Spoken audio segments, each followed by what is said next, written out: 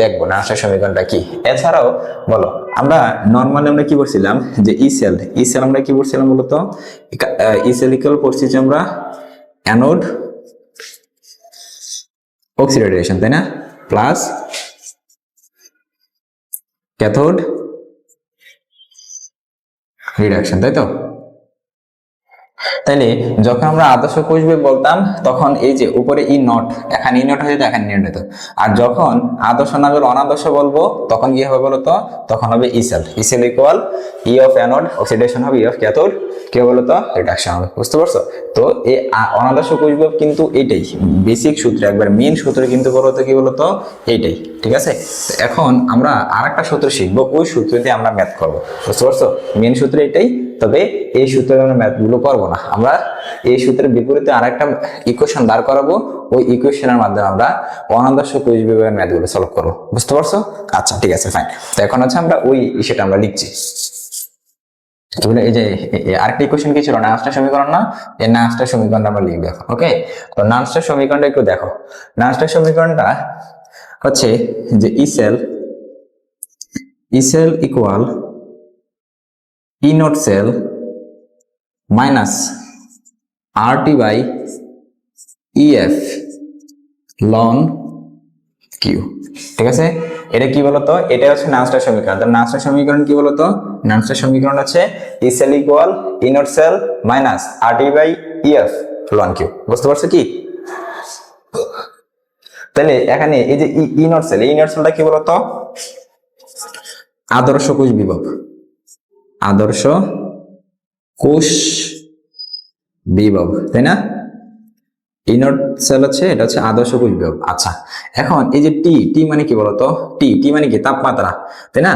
আর এই যে ই মানে কি বলতো, তুল্য সংখ্যা। ই মানে কি বলতো, তুল্য সংখ্যা। আর এ এফ এর মান কত জানো, এফ এর মান হচ্ছে 96,500, 96,500। ঠিক আছে, 96,500 কুলম্ব আর কি, 96,500 কুলম্ব। আচ্ছা, এখন এই যে কাছে আর, এই যে আর এর মান কি জানো, আর এর মান সবসময় বসাবা 8.314। এককটা হচ্ছে জুল পার মোল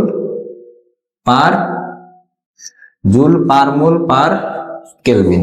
ওকে, আর এখানে আছে যে এই টিটা কি বলতো, টিটা হচ্ছে তাপমাত্রা, টি হচ্ছে তাপমাত্রা। তাপমাত্রা অবশ্যই কোন এককে হবে বলতো, অবশ্যই কেলভিন এককে হবে। তাপমাত্রা অবশ্যই কোন এককে হবে, কেলভিন এককে হবে। ওকে, এখন বাকি আছে কি বলতো, কিউ।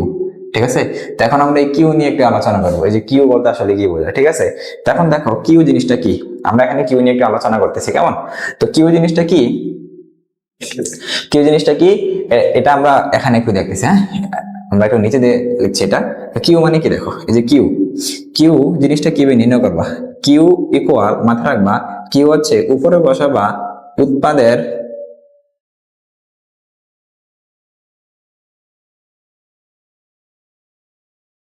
গাছ সহ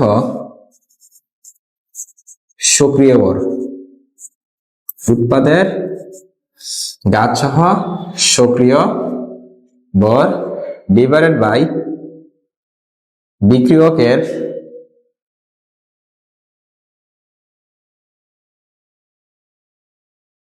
গাছ সহ সক্রিয় বর। এই কথাটা দ্বারা কি আমি জানি তোমরা বোঝো নাই, আমি বোঝাচ্ছি, একটু সময় দাও। যে কিউ মানে কি বলতো, উৎপাদের গাছ সহ সক্রিয় বর, নিচে বিক্রিয়কের গাছ সহ সক্রিয় বর। ঠিক আছে, তাহলে উপরে উৎপাদেরটা বসবে, নিচে কোনটা বসবে বলতো, নিচে হচ্ছে আমাদের কোনটা বসবে, আমাদের বিক্রিয়কেরটা বসবে। কেমন, নিচে আমাদের বিক্রিয়কেরটা বসবে। বুঝতে পারছো কি, এটুকু তোমাদের বোঝার কথা। কেমন, আচ্ছা। তাহলে উৎপাদের গাছ সহ সক্রিয় বর, ওকে, নিচে কি বিক্রিয়কের গাছ সহ সক্রিয় বর। আচ্ছা, এটাকে সহজ আরো করে লিখতে পারো, মানে আরো ইয়া করে স্পেসিফিক ভাবে লিখতে পারো, গাছ সহ উৎপাদের গাছ সহ সক্রিয় বরের গুণফল, এটা লিখতে পারো সক্রিয় বরের গুণফল। এখন সেম এটা লিখতে পারো সক্রিয় বরের গুণফল, তাহলে আরো স্পেসিফিক ভাবে লেখা যাবে আর কি। ওকে, তাহলে উৎপাদের সক্রিয় বরের গাছ সহ গুণফল, নিচে বিক্রিয়কের সক্রিয় বরের গাছ সহ গুণফল। এই কথাটা দ্বারা কি বুঝাইছে আমি তোমাকে একটু দেখাই। দেখো, এই কথাটা দ্বারা আমরা এই পাশে একটু দেখতেছি, এই পাশে দেখতেছি, মনে করে একটা কোষ বিক্রিয়া দিছে, কোষ বিক্রিয়াটা হচ্ছে জিঙ্ক থেকে জিঙ্ক 2+, ওকে, এটাকে দিল এবং এখানে বলা হলো কপার 2+ থেকে ধরে নাও যে কপার হয়েছে, কপার 2+ থেকে ধরে নাও কপার হয়েছে। ওকে, এখন তোমাকে বলছে এই কিউর মানটা বের করো। কার মান বের করো? কিউর মানটা বের করো, বুঝতে পারছো? তো আমরা এখান থেকে কিউর মানটা বের করব। এখান থেকে কিউর মানটা আমরা বের করবো। বের করার জন্য উপরে কি বসাতো? উৎপাদের ঘাত সহ সক্রিয় ভর। ওকে, উৎপাদের ঘাত সহ সক্রিয় ভর। এখন বলবা যে ভাইয়া সক্রিয় ভর তো আমি চিনি না।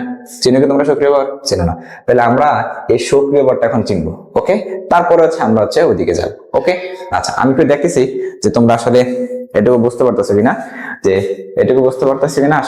আমরা একটু দেখতেছি কেমন। এখন দেখো, আমরা সক্রিয় ভরটা আগে আমরা বুঝবো যে সক্রিয় ভর জিনিসটা কি। তো সক্রিয় ভর জিনিসটা কি এটুকু বোঝার জন্য আমরা একটা কাজ করি।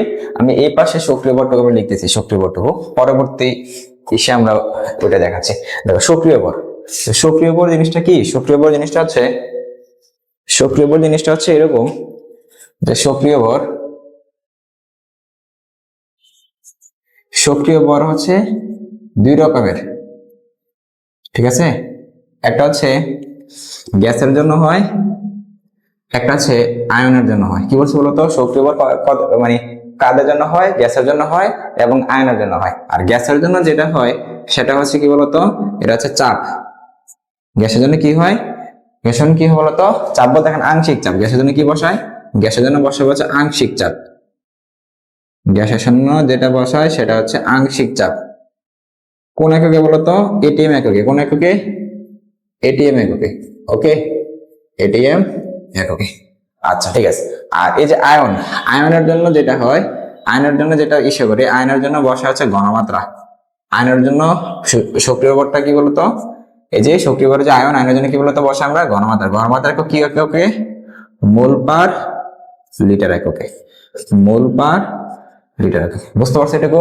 যে সক্রিয় ভরটা কি বলতো? সক্রিয় ভর দুইটার জন্য আমরা সক্রিয় ভর বের করতে পারি, গ্যাসের জন্য এবং আয়নের জন্য। তো গ্যাস যখন হবে তখন সক্রিয় ভর হিসেবে আমরা আংশিক চাপ নেব, এবং আয়ন যখন বসাবো তখন সক্রিয় ভর হিসেবে কি নেব বলতো? ঘনমাত্রা নিব। আর একগুলো মাথা রাখতে হবে, আংশিক চাপের একক হচ্ছে এটিএম একক বসাবা, ঘনমাত্রা একক হচ্ছে মোল পার লিটার একক বসাবা। এটুকু বুঝতে পারছো কিনা আমাকে বলো। ওকে, আচ্ছা, এখন এই জায়গা থেকে ঝামেলা হবে কি জানো? বলবো যে ভাইয়া গ্যাস এবং আয়ন আপনি দিলেন, বাকি যে সলিড আছে, লিকুইড আছে, এগুলোর জন্য কি আপনি দিবেন না? হ্যাঁ, ওইগুলোর জন্য কি বলতো? ওইগুলো মাথায় রাখবা যে সলিড এবং লিকুইডের জন্য সক্রিয় ভরের মান 1। কি বলছি বলতো? সলিড এবং লিকুইডের জন্য। হ্যাঁ, নোট রাখো। নোটটা হচ্ছে সলিড ও লিকুইডের জন্য, সলিড ও লিকুইডের জন্য সক্রিয় ভরের মান 1। সক্রিয় ভরের মান 1, মানে 1 হয়। বুঝতে পারছো? তাহলে আমরা যদি দেখি সলিড এবং লিকুইড যদি লিখি, ডিরেক্টলি সক্রিয় ভর কত লিখতে পারতে পারবো? 1। আর গ্যাসের জন্য তুমি আংশিক চাপ দিয়ে লিখতে হবে, আর আয়ন যদি থাকে তাহলে ঘনমাত্রা দিয়ে তুমি সক্রিয় ভর বের করতে হবে। বুঝতে পারছো কি এটুকু? আচ্ছা, এখন আমি ধরে নিলাম যে এই যে অনন্তস্ব কোষ বিভাগের যে মেন সূত্র, এটাতে আমরা কিন্তু ম্যাথ করবো। তাহলে এই যে E cell equal E nought cell minus RT by EF ln Q. এখন কিউটা কিভাবে বের করতে হয়? কিউ মানে কি বলতো? কিউ মানে হচ্ছে এটা উৎপাদের ঘাত সহ সক্রিয় ভরের গুণফল, আর নিচে হচ্ছে বিক্রিয়কের ঘাত সহ সক্রিয় ভরের গুণফল। এবং সক্রিয় ভর বলতে কি বোঝা বলতো? ওই যে গ্যাস এবং আয়ন। গ্যাসের জন্য তুমি আংশিক চাপ নিবা, আয়নের জন্য তুমি কি নিবা? ঘনমাত্রা নিবা। হ্যাঁ, এটুকু আশা করি তোমাদের মাথা ঢুকছে। ঠিক আছে, এখন তোমরা ক্লিয়ার হও না যে আসলে কি করতেছি, কিছুই ক্লিয়ার হও না, আমি জানি। এখন হচ্ছে কি আমরা ক্লিয়ার করতেছি, একটু সময় তো আমরা করতেছি। তোমরা আগে এটুকু আশা করি বুঝতে পারছো, আমরা এখন ক্লিয়ার করবো, সমস্যা নেই। ঠিক আছে, তো আমি একটা কাজ করি, আমি হচ্ছে উপরে যে এটুকু আমরা একটু মুছে দিচ্ছি। ঠিক আছে, এটুকু হচ্ছে আমরা মুছে দিতেছি। এই যে এটুকু মুছে দিলাম। ওকে,